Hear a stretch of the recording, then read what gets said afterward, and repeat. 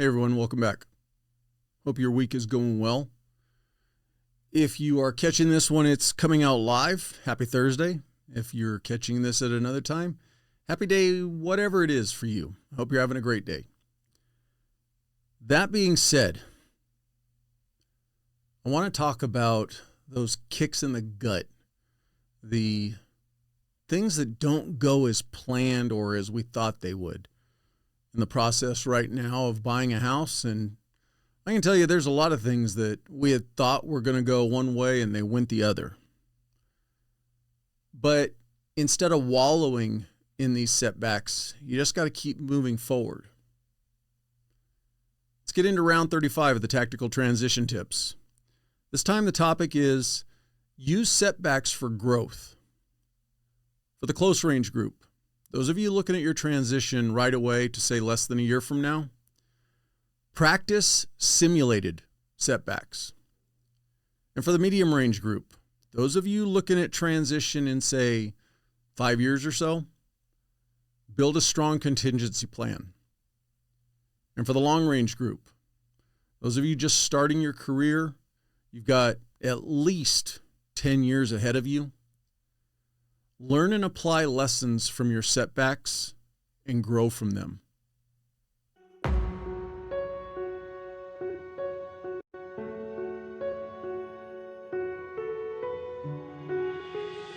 When you transition out, is try to model all of the good things, the discipline, the structure, that little bit of rigidity into your everyday life. And I think that that's a great way to make that transition happen, man. Take the time to invest in yourself because it means everything. That's what the difference is. The difference is not just to collect a check. It's to live 25 years, 30, 40 years after you retire and pay it forward that way. For the close range group, you need to practice setbacks. You need to practice getting kicked in the gut.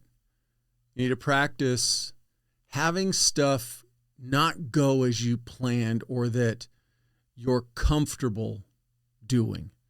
We all have those aspects of our day, of our job, that we've got them on lock. They're dialed in. There's usually never a problem with it. You need to get outside that comfort zone. Being resilient when it comes to facing challenges, moving past them, and not letting them hold you down is a skill that needs to be honed like any other skill. It doesn't necessarily come to us naturally. By pushing yourself out of your comfort zone, you prepare yourself for setbacks. And when a big setback happens or a big kick to the gut happens, you can handle it much better because it's not so earth-shattering for you. What you need to do, though, now is get those reps in situations that are likely to cause you setbacks or likely to cause you to make, I don't want to use the term mistake, but are going to cause you problems. Build that emotional toughness in by being able to work through those problems that are going to come up. Train your mind to remain calm in those situations and find a solution, move around the hurdle or the obstacle, or over the hurdle or around the obstacle, but get practice at doing that in lower level situations. What I mean by this is put yourself in situations that are going to challenge you. Maybe you take on different projects or assignments at work that you know are going to have a very tight deadline. Maybe it's not something that you normally do. Maybe it's an aspect of your current job that has a component to it that's not usually where you get involved. And you know that getting whatever that component done is has a very small window for completion. Give it a try. You might fail. I say fail in air quotes. You might not hit the deadline, but it's better to try it in a lesser situation, assuming that, given all things being equal, that it is a lesser situation, that if you don't hit that deadline, it's not going to have catastrophic effects. The other thing you can do is put yourself in a position, like I said, that takes you outside your expertise. If you work in a team environment or a situation where there's multiple members who have a different aspect to get the job done, maybe you take on one of their duties for a little while. Maybe your boss lets you take on a couple roles and really kind of challenge yourself to operate outside of your comfort zone. See how you do. See if you're able to adapt to the new demands that maybe aren't as comfortable for you. I would say that you want to also put yourself in a situation, if your boss will let you, take the lead on a big project. So now you're managing all aspects of the job that has to be completed, not just your piece of the puzzle. You're now in charge of all the pieces of the puzzle. And how are you able to work with all of the team members to help them accomplish their missions? Like I said previously, I don't want to use the word fail, but failing or not hitting your wicket is not necessarily a bad thing in these situations, because to a degree they're somewhat controlled. They're not real world, or at least outside of the norm to where it might be catastrophic if you make some mistakes. You're simply just putting yourself in different scenarios and different situations in still somewhat of a controlled environment. You're going to still have leadership who can guide you and mentor you. You're going to be working with your teammates and members of your team to not only help them, but maybe allow them to help you. All of these things are going to help you grow. All of these things are going to give you those reps at building your resilience in times when you might not feel like you've got it all on lock, that everything's under control for you. Take these opportunities as learning experiences. You're going to make mistakes. It's inevitable. Don't look at mistakes as that you can't do anything, or that, there's no reason for you to ever try again. Do an honest evaluation. What mistakes did you make? Look at how you can improve upon them, and don't repeat them the next time. Ask for the opportunity to try again. Don't make a mistake the first time and then never go back to it. That resilience that you're trying to build into yourself, those abilities to adapt quickly to setbacks, come from putting yourself in an uncomfortable situation and having that confidence that comes through being able to work through those situations. Always think of your ability to be resilient, to be able to rebound, to be able to think when everything seems to be falling down around you as a muscle. You want to embrace any opportunity you can challenge yourself to work out and build that muscle. This episode is brought to you by Soflete, a tactical fitness company founded by special operations soldiers. Soflete is dedicated to helping you achieve a healthy lifestyle. From expertly crafted training programs to high-quality proteins, pre-workouts, and sleep and recovery supplements, they've got everything you need to power through your day. Soflete also has a full line of clothing. They have you covered from shorts to cold weather gear. Embracing the motto, Die Living, Soflete inspires us all to embrace life with vigor and resilience. So take the first step towards a healthier you. Visit soflete.com. That's SOFLETE.com. And use the promo code TDP20 to get 20% off your order. Again, that's TDP20 for 20% off your order. Medium range group. Build in strong contingency plans. There's no way around it. Setbacks are going to happen. We all experience them at some degree or another in almost every day of our life. Some of them may not be perceived by you as a setback.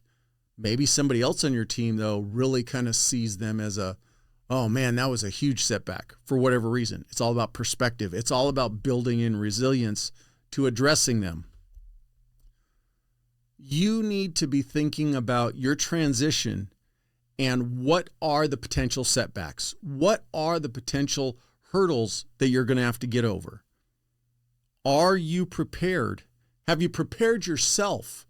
Have you put plans and contingencies in place to move left?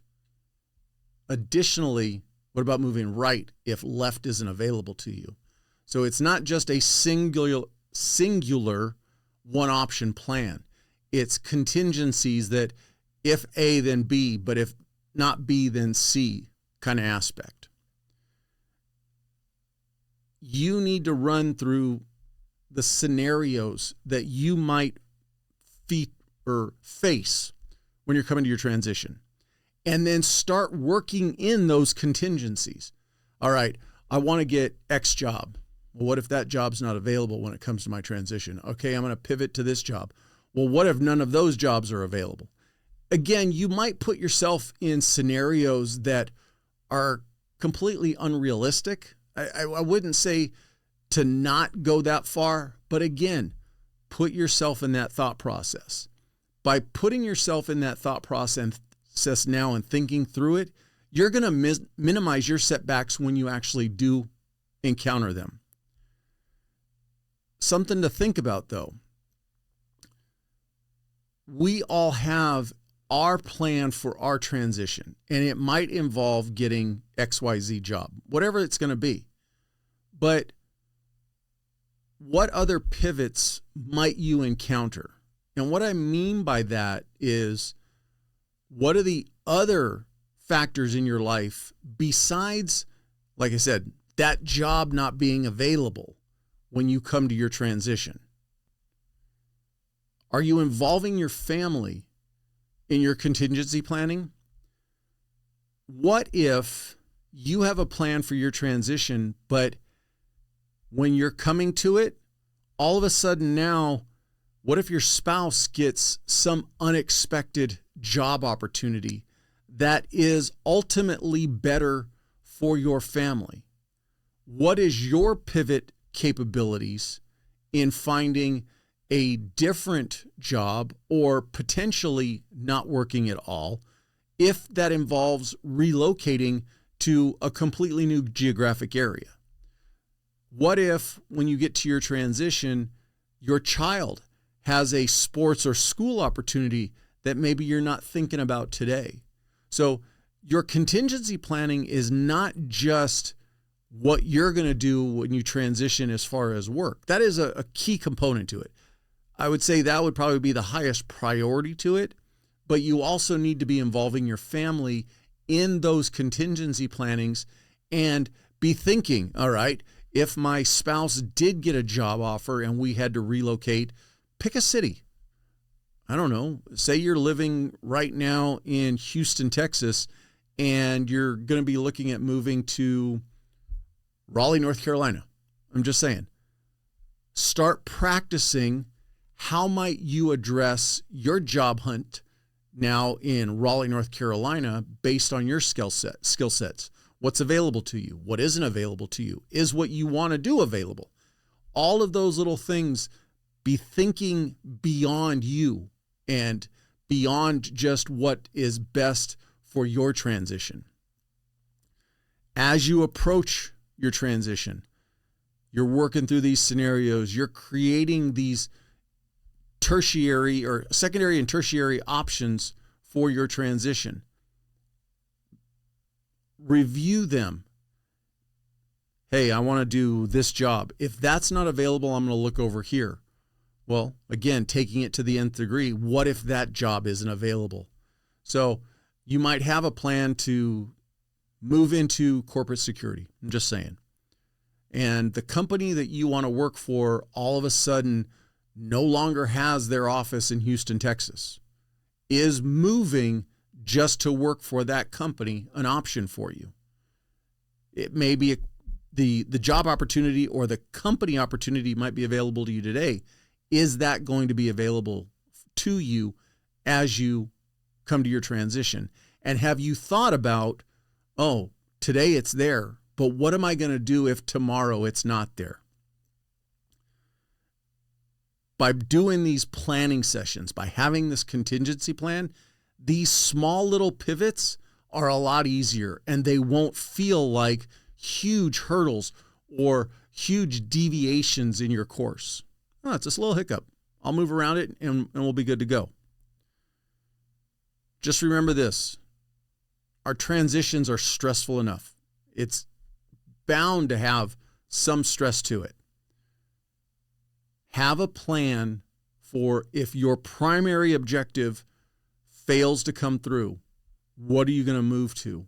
And then if that fails, what else are you going to move to? This episode is brought to you by Trident Coffee, the veteran-owned brand where every sip inspires you to live life full steam ahead. I've been drinking their coffees for a while now, and I'm glad to partner with a company whose products I use. At Trident, they're more than just coffee. They're storytellers. Crafted by veterans, their instant cold brew is perfect for those who serve, those who have served, and anyone who values wellness. Featuring natural ingredients like organic mushrooms, adaptogens, and nootropics, it's more than just a morning pick-me-up. It's your new wellness ritual. Enjoy it at home or on the go, wherever your day takes you. Trident Coffee isn't just about great-tasting coffee. It's about empowering you to be the healthiest version of yourself, because great veterans make great citizens. Try their instant cold brew today, along with many other coffee products, and taste the freedom of wellness. Remember, when you choose Trident, you're not just choosing coffee. You're choosing a path of connection through health and wellness. Head on over to tridentcoffee.com and use the promo code TDP15 for 15% off your order. Again, that's TDP15 for 15% off your order. Long Range Group. Learn and apply the lessons from today's mistakes, from today's setbacks. We're guaranteed to experience them. You're not special to think that you're never going to experience them. The thing is that when you look back on how you dealt with a setback, how did you address it? How did you move forward? How did you learn from what you did so that you don't repeat the same mistakes or simply just do the same thing again, which may not be the most efficient or effective? When you think about the next time, what might you do differently? So don't simply just do a self-reflection, or I'll call it an after-action report on an incident that you're involved in today and go, oh, I should have done X. Also put yourself in the thinking scenario of, okay, if I approach that issue again, but maybe this is subtly different, I want to do this differently. So it's review what's gone on in the past. Review instances and incidents that you've experienced and what you could have done better. But then think about going forward in the future. And if you approached it the same situation-esque again, how might you do other things differently and apply different procedures, different tactics, different approaches to addressing a situation? I would strongly recommend that after all significant events, and you know what those are in your career, it doesn't necessarily have to be something that was catastrophic or major. It could be something as simple as a part that you rely on didn't happen to work on this given time, and that's completely unusual for that part to fail. All right, how do you address it? What did you do this time to get back up and running, get back in the fight, so to speak? And what could you do differently? keep notes on these after action reports, because you never know. That same part might fail again 3 years from now. If you have a little notebook of instances, I can go back and address that situation with previous information. I would also say, take notes on how did others and their actions have an impact not only on the situation, but how did others have an impact on you? Did others start losing their cool? And did you find that you kind of lost your cool a little bit? And how can you improve upon that? How can you work at being more calm, which might then make your teammates and your team members a bit calmer? So it's not just simply what problem did you encounter and how did it resolve it?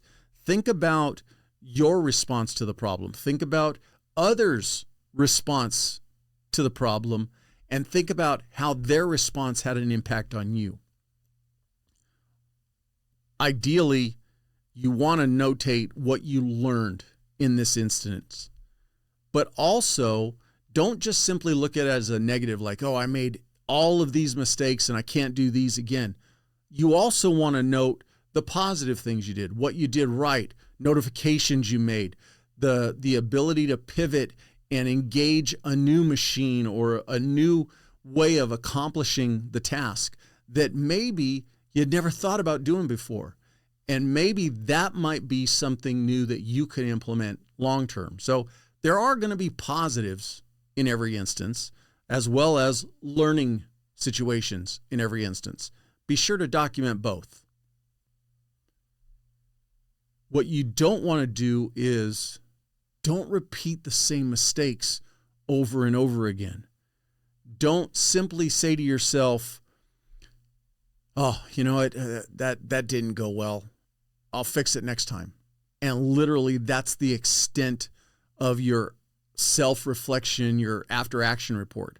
You need to be more purposeful in saying, okay, here's some of the mistakes, not necessarily that only you made, some of the mistakes that the team made, and how can you help improve upon those in the future. But don't simply ignore what went wrong and think that it's not going to occur again. Work on making yourself a little bit better each time, because the next time you approach that situation, it won't be a hassle for you. It won't even potentially cause a blip on your radar. But now you're preparing yourself for the next one after that. So it's that improvement on addressing situations that are definitely going to come your way. I would highly recommend that if you find yourself in an environment and there's somebody that you work with that you really appreciate and respect how they handle a given situation, talk to them about it. Find out what's their mindset when this was occurring, whatever it is, and maybe everybody around you seemed like they were coming off the rails, but yet this person remained calm. And the funny thing is that person may not act that way in every scenario, but they acted that way in this scenario. Go to them, pull those nuggets of wisdom, put those in your tool belt. The other thing is, though, the way you're seeking information about how they handled something, you want to be seeking feedback on how you handled situations. Get an honest assessment from others that were involved on how you addressed the problem when it became a problem. Did you kind of fly off the handle and then have to pull yourself back in? Did you underreact? Oh, it's no big deal. And then when you really saw what was going on, then you had to kind of kick it into overdrive. Get an honest assessment from people on how they feel or they interpreted or they saw how you handled the situation. Don't be complacent with this. Yes, there are mistakes that you're going to make. But at the same token, we've all had those situations where you kind of stop for a moment when it's done and you go, whoa, that could have been a whole lot worse. Just simply because nothing really bad happened doesn't mean you should do an honest evaluation of your response to it, your team's response to it, and how you addressed it. This thing of, I'll kind of use the analogy of almost rear-ending another car. And yeah, you got your heart rate going for a few seconds afterwards. You're kind of thankful that you didn't rear-end them, but you don't really give much thought to what were you really doing, in the sense of, were you not paying attention? Were you driving too fast? All those little things that led up to you almost rear-ending another car. We tend to just kind of, okay, it didn't happen, and we move on. Don't do that. Just because nothing bad happened doesn't mean that you should not do an honest self-evaluation of that given scenario. Don't beat yourself up. Don't make this I'm just a piece of garbage. I can't do anything right. Be honest with yourself in the mistakes you made, what you could have done better, but learn from those mistakes. The worst thing you can do is identify what you could have done better and not do it again in the future and just keep repeating those same mistakes. So in wrapping this up, close range group, you need to practice dealing with setbacks. Prepare to handle them by practicing now for scenarios that might come up, especially as it relates to your transition. For the medium range group, build in a contingency plan. Have a primary, a secondary, and a tertiary response to a given problem. You don't know what it might be, but if you practice now, you will be better prepared when you get to your transition. And for the long range group, learn from your mistakes. Everybody's going to make them. We're not special, but assess what you did, evaluate the response to that situation that you were involved in, and improve for when you encounter it the next time. I appreciate you taking the time to listen or watch. Please share the podcast with anybody that you think might benefit from it. If there's something you'd like to hear me cover, please send me an email, send me a message. I'm on all forms of social media. I would like to know what you like, what you don't like. Any of your comments would be greatly appreciated. And until the next time, setbacks don't give you any warnings, so be prepared for them.